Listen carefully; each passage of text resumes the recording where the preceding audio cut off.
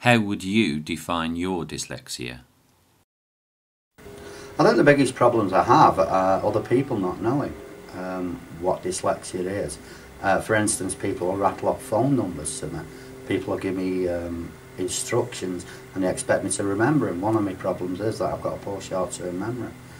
Other things are that I hate writing reports, which you have to do working for the Citizens Advice Bureau as a community learning worker. I have an avoidance of anything to do with text or writing, but it's a matter of getting on with it. But again, the biggest problem is other people's lack of awareness of dyslexia.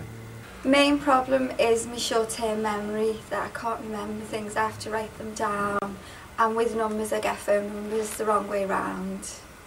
My reading and my writing, because the words bounce all over the place and sometimes I misinterpret words.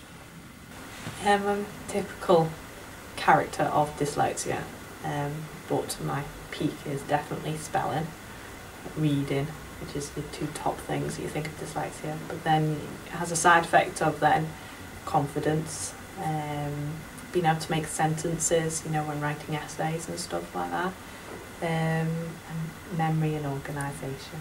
Yeah, my dyslexia is not a problem. I don't see it as a problem.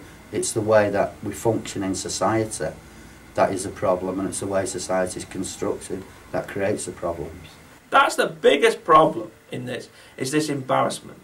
Because I'm aware I'm dyslexic, I tend to double check most things. But even when I double check things, I still tend to make mistakes. So I think that's my biggest problem. Believing that everything's fine, but then finding out that it's not.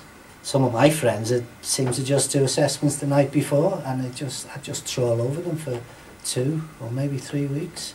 And even when I got the final draft ready, I thought it was a great piece of work, but when I got it back after marking, it was strewn with mistakes that I obviously didn't recognise. My job, probably, because of the fact that there's huge volumes of work that come through in written form, electronically, and as a consequence of that, part of my role is to feed back on those papers. I don't particularly relish that part of my job at all. If you ask me to stand up and speak about anything, I'm fine.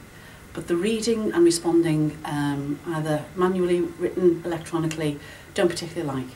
Getting a job, working, it's a big problem for me. I was a youth worker for 14 years and I hit a brick wall. I couldn't go any further.